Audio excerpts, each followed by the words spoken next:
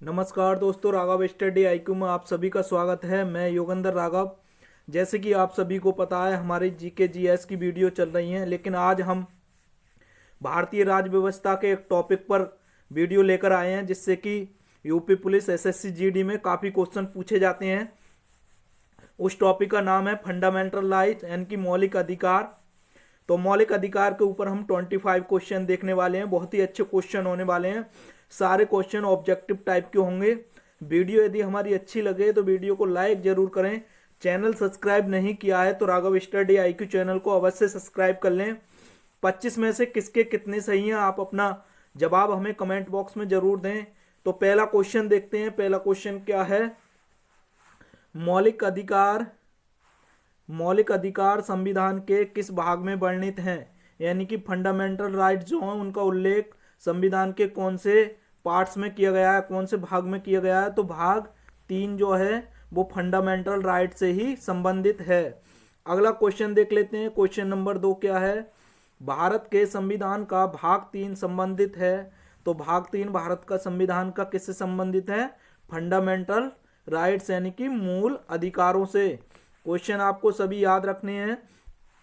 अगला क्वेश्चन देख लेते हैं। क्वेश्चन नंबर 3, मूल अधिकारों को सर्वप्रथम किस देश में संवैधानिक मान्यता प्रदान की गई थी? कौन सा देश था जिसमें कि संविधान मान्यता प्रदान की गई थी? तो वो था संयुक्त राज्य अमेरिका। अमेरिका में जो है फंडामेंटल राइट के लिए संवैधानिक मान्यता सबसे पहले दी गई थी। तो अगला क्वेश्चन देख लेते हैं। क्वेश्चन नंबर 4, भारतीय नागरिकों के मौलिक अधिकारों का वर्णन है। तो भारतीय नागरिक के मौलिक अधिकारों का संविधान में जो वर्णन है वो आर्टिकल कहाँ से लेकर कहाँ तक है? तो संविधान के अनुच्छेद आर्टिकल 12 से लेकर 35 तक में जो उल्लेख किया गया है वो मौलिक अधिकारों के बारे में उल्लेख किया गया है। काफी बार क्वेश्चन पूछा गया है ये। क्वेश्चन नंबर 5 देख लेते हैं। क्या है क्वेश्चन नंबर 5? भारतीय संविधान इंडियन कॉन्स्टिट्यूशन के भाग 3 में कुल कितने अनुच्छेदों में मूल अधिकारों का वर्णन किया गया है? तो कुल कितने आर्टिकल हैं भाग 3 में जिनमें फंडामेंटल राइट्स का उल्लेख यानी कि वर्णन किया गया है? तो वो कितने आर्टिकल हैं? वो हैं 24 अनुच्छेद। आपको याद रखना है। अगला क्वेश्चन देख लेते हैं। क्वेश्चन नंबर 6, प्रारंभ में कितने मौलिक अधिकार दिए गए थे? जो शुरुआत संविधान जो था उसमें कितने फंडामेंटल राइट दिए गए थे प्रत्येक व्यक्ति के लिए? तो वो थे 7 आपको याद रखना है। अगला क्वेश्चन देख लेते हैं। क्वेश्चन नंबर 7, वर्तमान में भारतीय नागरिकों को कितने मौलिक अधिकार प्राप्त हैं? तो वर्तमान में कितने हैं? करेंटली 6। ऑप्शन नंबर ए सही है। दोस्तों, यदि हमारी वीडियो आपको अच्छी लगे और हमारा कंटेंट अच्छा लगे तो राघव स्टडी आईक्यू चैनल को अवश्य सब्सक्राइब कर लें। अगला क्वेश्चन देखते हैं। क्वेश्चन नंबर 8 क्या है? भारत के संविधान में मौलिक अधिकार मूल संविधान का हिस्सा था, चौथे संविधान संशोधन द्वारा जोड़े गए थे, संसद द्वारा 1952 में जोड़े गए थे, या ऑप्शन नंबर डी 42 में संविधान संशोधन द्वारा जोड़े गए थे? तो इसमें से 3 गलत है, लेकिन पहला वाला जो है क्या है? सही है। क्यों? क्योंकि ये भारत के संविधान में मूल अधिकार जो थे शुरू से ही थे, लेकिन शुरू में कितने थे? 7 थे। लेकिन जो 42वां अमेंडमेंट जो हुआ था, संशोधन हुआ, उसमें 7वां जो मौलिक फंडामेंटल राइट्स था वो हटा दिया गया और अब वर्तमान में कितने हैं? 6 रह गए हैं। तो मूल संविधान का हिस्सा थे। आपको याद रखना है। ऑप्शन नंबर ए सही है। अगला क्वेश्चन देख लेते हैं।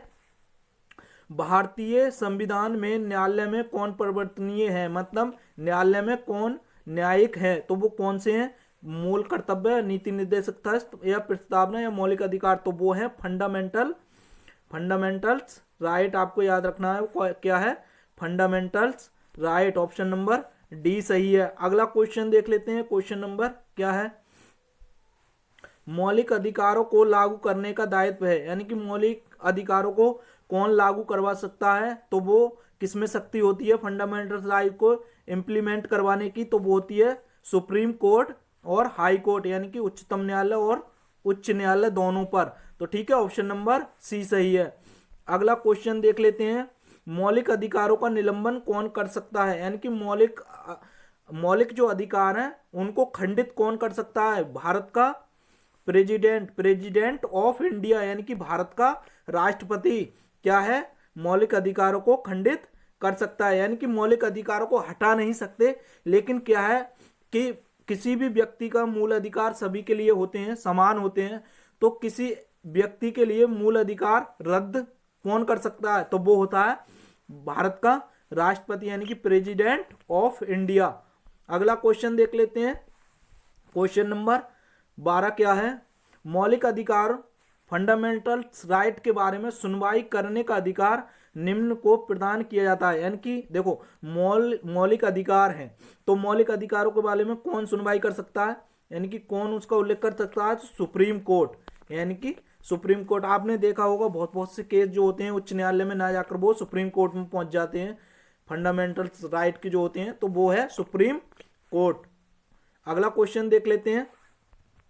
संविधान में उद्घोषित मौलिक अधिकारों में संविधान संशोधन किया जा सकता है केवल, मतलब जो संविधान में उल्लेख मौलिक अधिकार जो हैं उनमें संशोधन यानी कि अमेंडमेंट कौन कर सकता है, तो वो कर सकती है संसद यानी कि इंडियन पार्लियामेंट। अगला क्वेश्चन देख लेते हैं। भारतीय संविधान में इंडियन कॉन्स्टिट्यूशन के अंतर्गत फंडामेंटल राइट यानी कि मूल अधिकारों का संरक्षक कौन है, तो मूल अधिकारों का संरक्षक किसे माना जाता है, तो वो है न्यायपालिका यानी कि जुडिशरी को क्या माना जाता है, मूल अधिकारों का संरक्षक। अगला क्वेश्चन देख लेते हैं। क्वेश्चन नंबर 15, मूल अधिकारों का प्रमुख उद्देश्य क्या है, क्यों मूल अधिकार संविधान में लाए गए और इनका अधिकार क्या है। मूल अधिकारों का उद्देश्य क्या है, समाजवादी ढांचे को बढ़ावा देना, व्यक्तिगत स्वतंत्रता को सुनिश्चित करना, न्यायपालिका की स्वतंत्रता को सुनिश्चित करना, इनमें से कोई नहीं। तो फंडामेंटल राइट का जो प्रमुख उद्देश्य होता है प्रत्येक व्यक्ति की स्वतंत्रता को सुनिश्चित करना। सब व्यक्ति जो हैं स्वतंत्र हैं, कोई भी व्यक्ति किसी भी आस्था में विश्वास रख सकता है, किसी भी धार्मिक आस्था में विश्वास रख सकता है, किसी के सामने बोल सकता है, कुछ भी कह सकता है। हर किसी व्यक्ति की इंडिया में क्या है, फ्रीडम है, स्वतंत्रता है, और वो किसके मौलिक अधिकारों में दी हुई है। अगला क्वेश्चन देख लेते हैं। क्वेश्चन नंबर 16, समानता का अधिकार भारतीय संविधान के किन 5 अनुच्छेदों में दिया गया है, तो समानता का अधिकार जो दिया गया है आर्टिकल 14 से लेकर 18 तक, ऑप्शन नंबर बी सही है। अगला क्वेश्चन देख लेते हैं। भारतीय संविधान के निम्नलिखित अनुच्छेदों में से कौन विधायन सत्ता का पूर्ण नियंत्रण करता है, तो कौन सा होता है, वो आर्टिकल कौन सा है जो विधायन सत्ता पर पूर्ण अपना नियंत्रण रखता है, तो वो आर्टिकल नंबर 16, आपको ध्यान रखना है आर्टिकल 16। अगला क्वेश्चन देख लेते हैं। क्वेश्चन नंबर क्या है, भारतीय संविधान का कौन सा अनुच्छेद छुआछूत यानी कि छुआछूत से संबंधित है।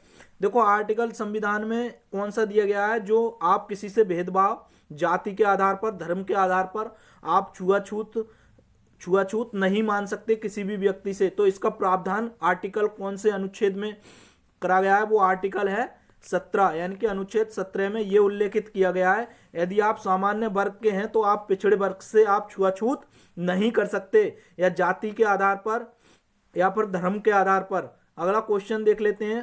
क्वेश्चन नंबर 19 क्या है।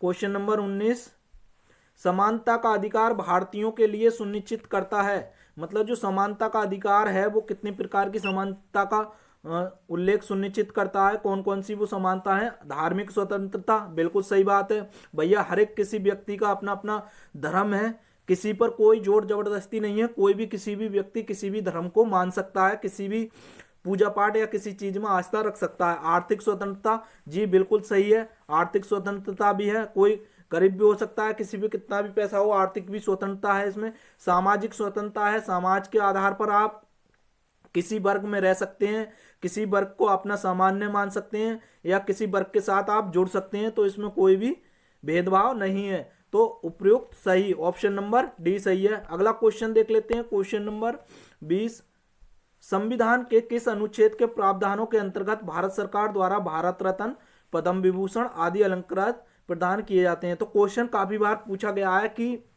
जो भारत रत्न जो होता है, तो वो संविधान के किस आर्टिकल के तहत प्रदान किया जाता है, तो वो है अनुच्छेद 18 यानी कि आर्टिकल 18, आपको ध्यान रखना है।